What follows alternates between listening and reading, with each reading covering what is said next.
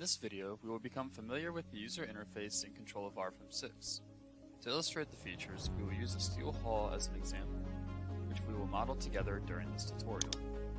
If you do not have the finished model at hand, you can alternatively download one of the many RFEM models from our new Dlubal Center and use it to explore the user interface.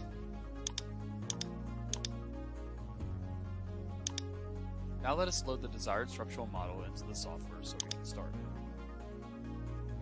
The RFEM user interface is divided into several smaller areas, each area fulfilling specific functions that are automatically linked to each other to ensure an effective workflow.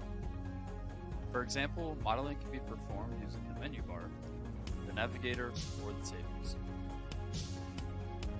At the top, you can see the menu bar. Use the menu bar to access all RFEM functions. It is structured in logical blocks that you can easily access by clicking. The menu opens and you can find model-specific and software-specific settings, commands, and functions.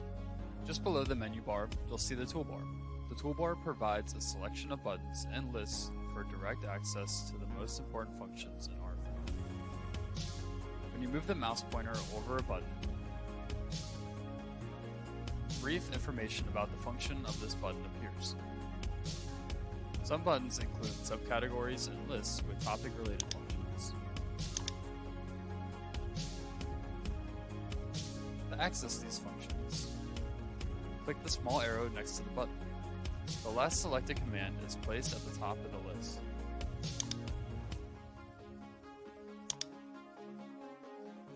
Of course, you also have the option to customize the toolbar or even create and save your own toolbar. To do this, right-click anywhere on the toolbar and click Customize Menus and Toolbars.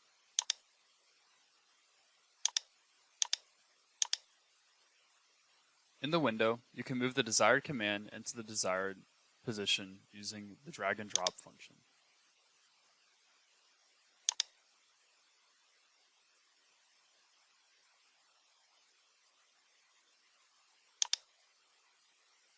For this tutorial, we will stick with simply the default layout of the toolbar, which you can set by right-clicking on the toolbar, by clicking Reset Menus and Toolbars to default. The navigator located on the left manages the file data in a tree structure. The first tab is the Data Navigator, which manages the model and design data, as well as the load cases and design situations. It provides a structured overview of the model, including new categories like surface thicknesses, sets of members, sets of surfaces, and much more. The subcategories of the model data are also new. The main categories represent the basic objects such as materials, nodes, lines, and surfaces, while the subcategories manage specific properties of an object, such as the type of hinges that can be assigned to a line or member.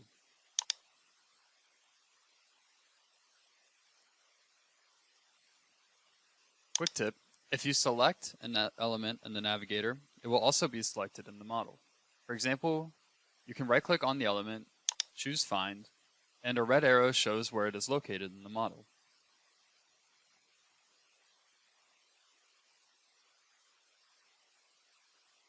The Display Navigator controls the graphical display in the workspace. Use the checkboxes to switch objects and attributes in the graphic on or off.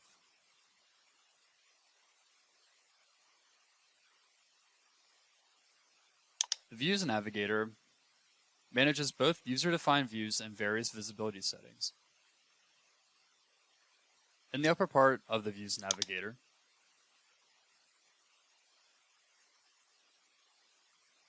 you can create, edit, or delete user-defined views.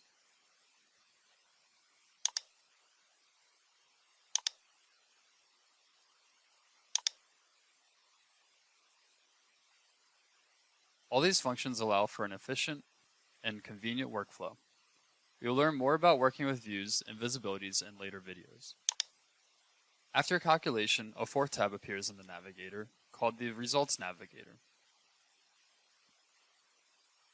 In the upper part, you can display the desired results, and in the lower part, you can define their display type. We will explore more functions as well as tips and tricks of the navigator during the tutorial series.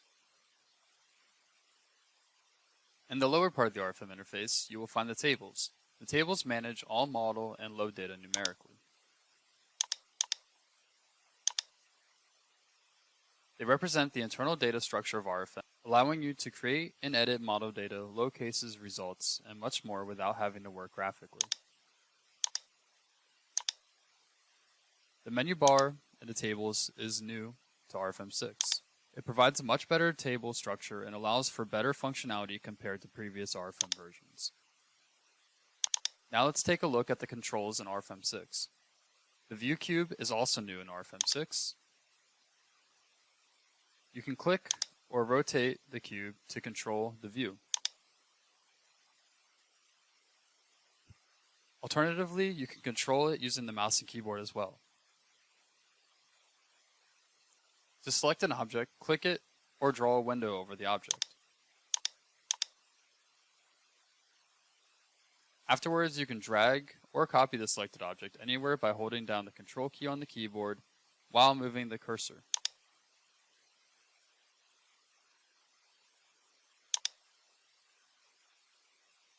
If the window is drawn from left to right, only the objects completely within the window will be selected. However, if you draw the window from right to left, the selection also includes objects that intersect the window, such as beams and surfaces. To modify an object, double-click it, and the Edit Model dialog box will open, where you can adjust the object parameters.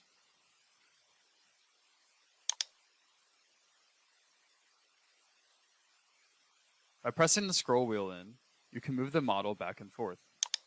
Holding down the Control key and pressing the scroll wheel in at the same time allows you to rotate the model. This is very similar to the cube. Rotating is also possible by moving the cursor while pressing the scroll wheel and right mouse button simultaneously. With the Shift key pressed and the scroll wheel pressed at the same time, you can zoom in and out. Zooming is also possible intuitively with the scroll wheel or by dragging a window over the desired area using the right mouse button.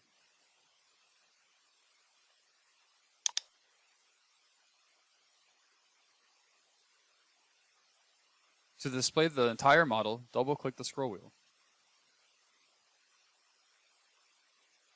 The command bar is located at the bottom part of the RFEM user interface. When executing a command in RFEM, a window will open on the left-hand side of the screen, asking you to perform the next step in the command.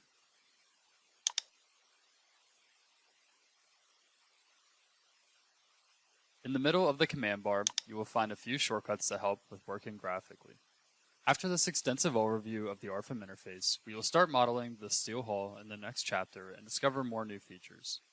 Thank you for watching, and until next time.